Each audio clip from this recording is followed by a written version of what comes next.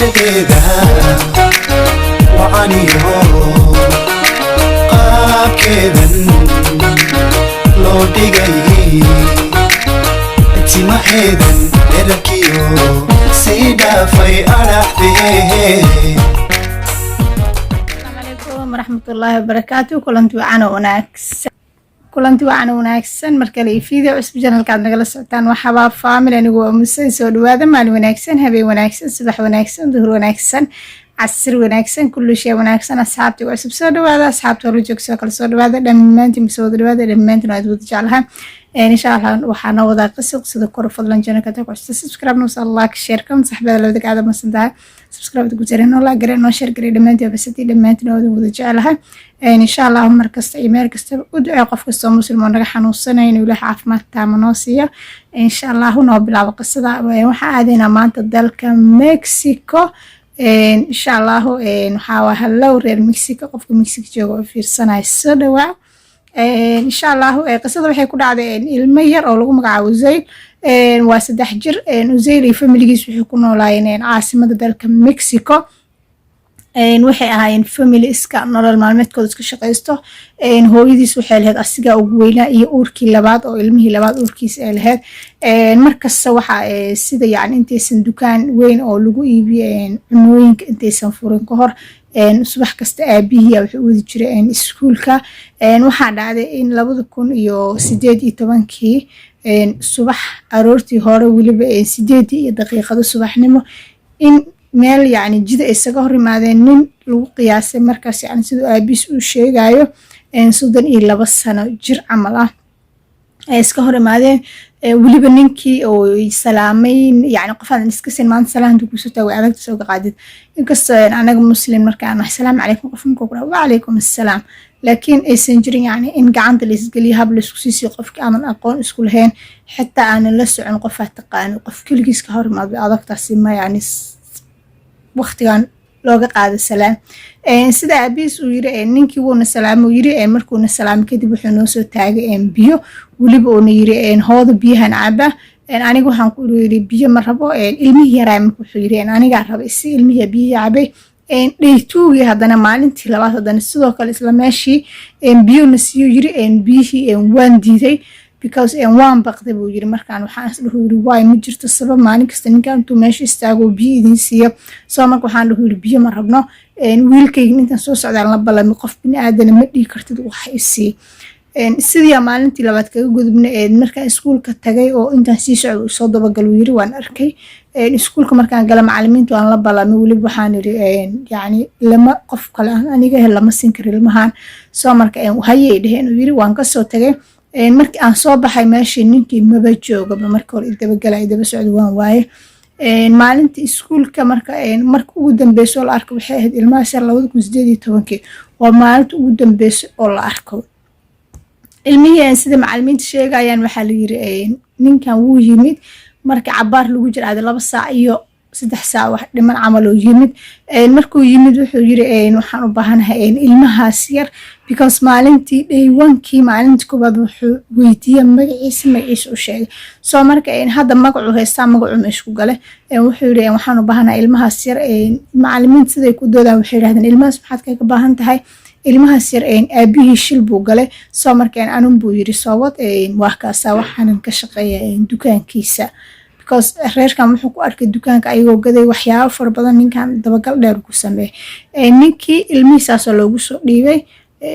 maalintaas marka ugu dambeysay oo ilmahaas uu malcamadii ama iskuulkii aado waliba macallimiinta ay arkaan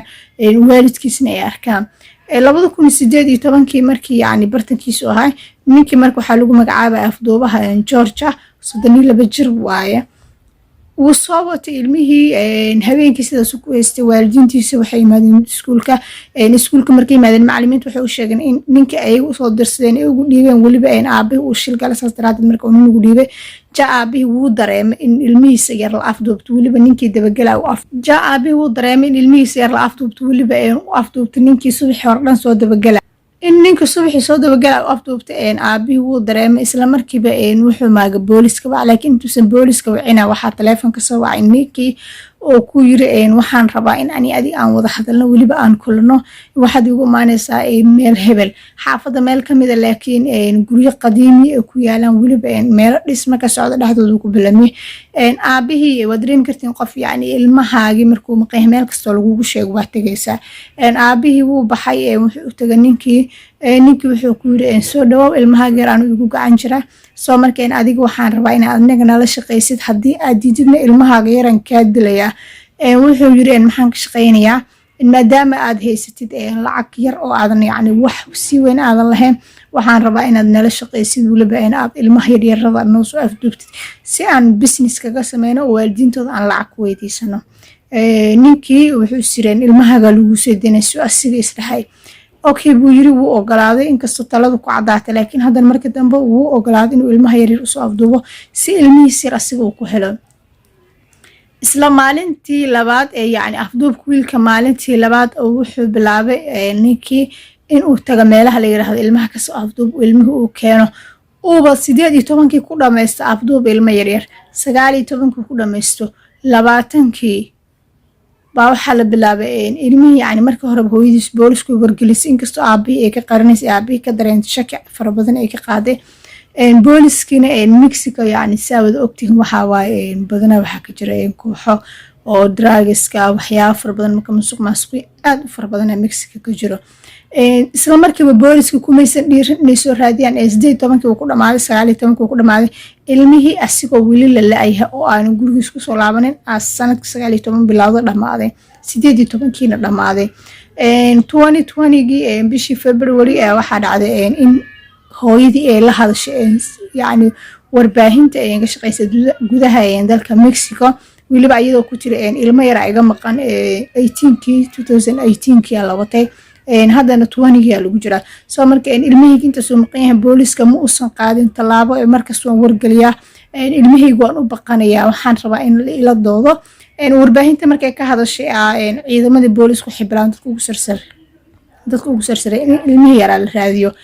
ilmihii markii la raadiyay koow waxaa la yiri ilmaha inta lagu qaatay aabihii la weydiiyay aabiyaa markuu wuxuu bilaabay inuu marin habaabiyo because uu siray haddii nimankaas la weerar ama ilmahayga dilaan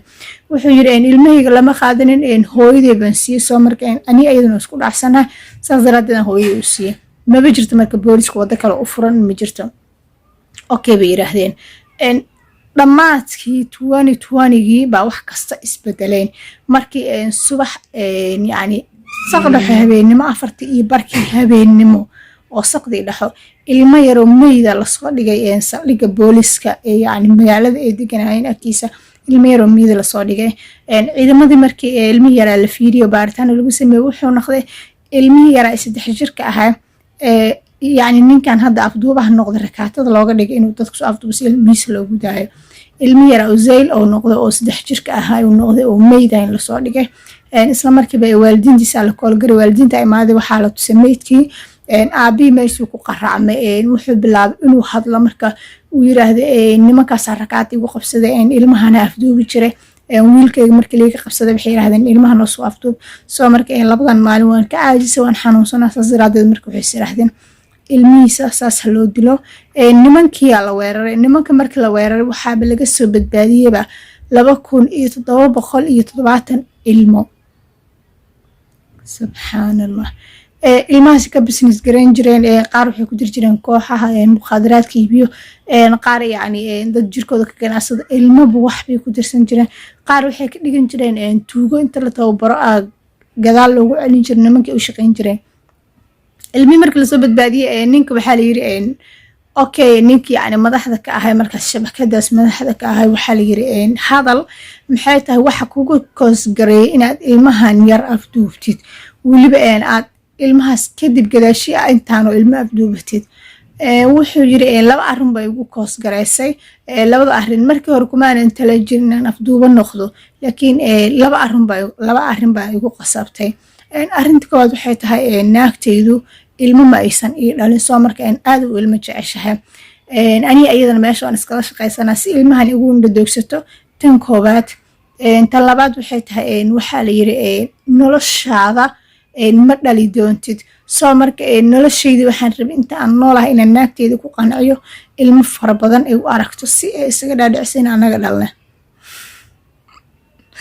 ilmahaasan ayada dhalnay ku farxeeba saas marka ninkii wuxuu ku galay xabsida because ilmihii yaraa xitaa la dilay asigaa qirtay inuu gacantiisa ku dilay ilmahaas dhan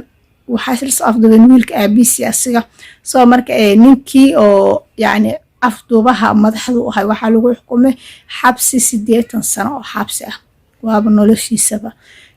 aabihiina waxaa lagu xukumay 42 sano oo xabsiha lagu xukumay saasuu ku galay ilmihii yaraana saasaa lagu aasay soo marka